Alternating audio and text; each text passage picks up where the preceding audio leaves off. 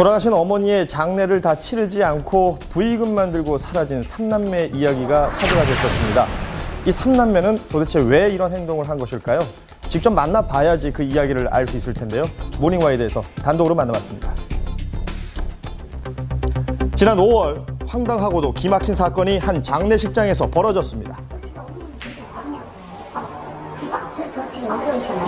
어디 완치실에? 고인의 장례를 치른 이들은 바로 고인의 3명의 자녀들이었습니다. 장례를 치르고도 왜 어머니의 시신을 찾아가지 않은 것일까요? 가족분들이 지금 3일 동안 빈손을 차려놓고 중개금 받아놓고 부의금 다 받아놓고 그대로 싹 연락 안 되고.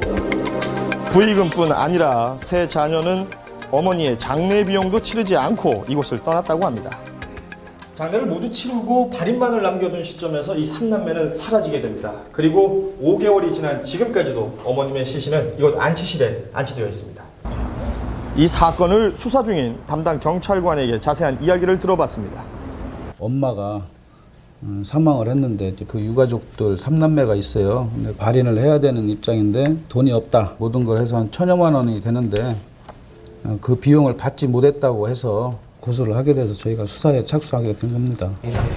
비용은 물론 시신 관리까지 맡게 된 장례식장 측은 삼남매를 고소하기에 이릅니다. 나쁜 거 이 생활을 많이 했는데 난 이런 거 처음 봐요. 지금으로부터 약 5개월 전 그날을 기억하고 있는 한 아주머니를 통해서 당시 장례 상황을 들을 수 있었습니다. 며칠 있다가 돈을 마련해서 와서 어머님 모셔가겠다 이렇게 했대. 종객이라고는 별로 있진 않은데요. 그 정도 진짜 없던데. 사실 당시의 장례 비용은 그리 크지 않았다고 합니다. 그럼에도 불구하고 왜 삼남매는 장례 비용을 치를 생각조차 하지 못했던 것일까요? 이번 치료 비용이 600만 원이요. 5월부터 지금까지 안 치료가 한 여기 병원에서 치료받으신 치료 비용이 또 따로 있어요? 네. 그것도 정산을 안 한 건가요? 네.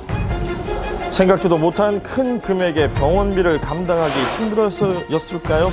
어머니의 발인을 잠시 미루기로 했다고 합니다. 하지만 그 길로 삼남매는 연락이 닿지 않고 있었습니다. 수소문 끝에 고인의 딸이 살고 있다는 동네를 찾았습니다. 이웃들은 고인과 딸을 어떻게 기억하고 있을까요? 박스 이렇게 들고 오더라고. 그래서 이렇게 쳐다보니까는 사진이 이렇게 영진 사진이 딱 가져 들어와.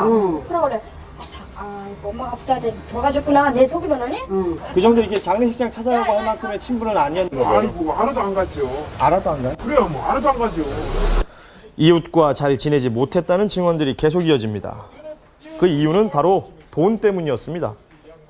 전기세는 물론 집주인에게 내야 하는 각종 세금들도 차일피일 미루다 결국 갚지 못하고 있는 상황이었다고 합니다. 전기 사용 제한 공급 최종 안내. 어머니의 시신을 수습하라는 장례식장의 독촉이 시작된 뒤로는 아예 종적을 감췄다고 합니다. 3년 11년인데도 저 소된 거 지금 내줄게요. 우리 줄게요. 수주세도 안 하고 관세도 안 하고 전기세도 안 하고 가스요금도 안 하고.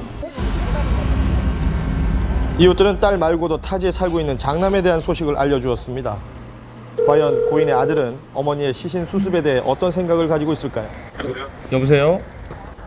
네, 안녕하세요. 저 SBS의 고현준이라고 하는데요.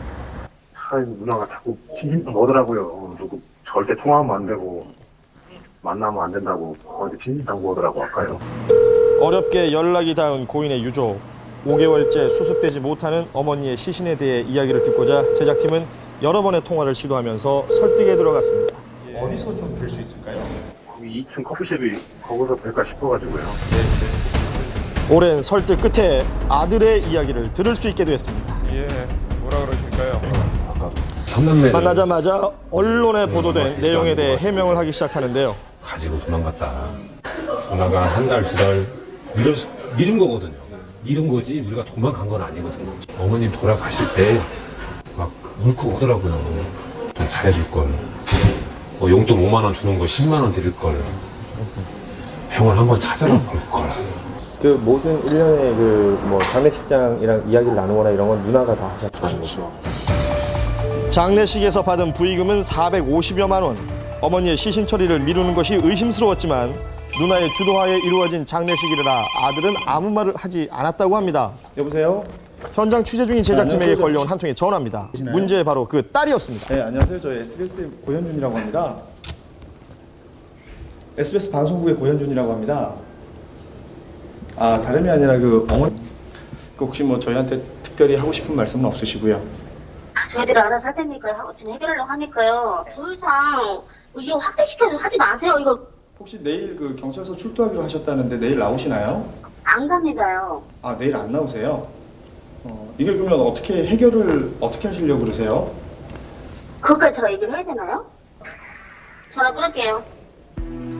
결국 고인의 시신 처리에 대한 명확한 계획은 딸과 아들 그 누구에게도 듣지 못했습니다. 5월 5일 날 돌아가셨는데 지금은 살아계신 걸로 지금 나오고 있는 거죠. 제가 그렇게 알고 있습니다. 5달이 지났는데도 서류상으로는 살아계신 거군요. 장례식장에서 그 손을 떼다가 가야만 살아계시는 것 같은데. 다른 어떤 이유도 아니고 돈 때문에 이 어머니의 시신은 무려 164일째 이곳에 방치되었습니다.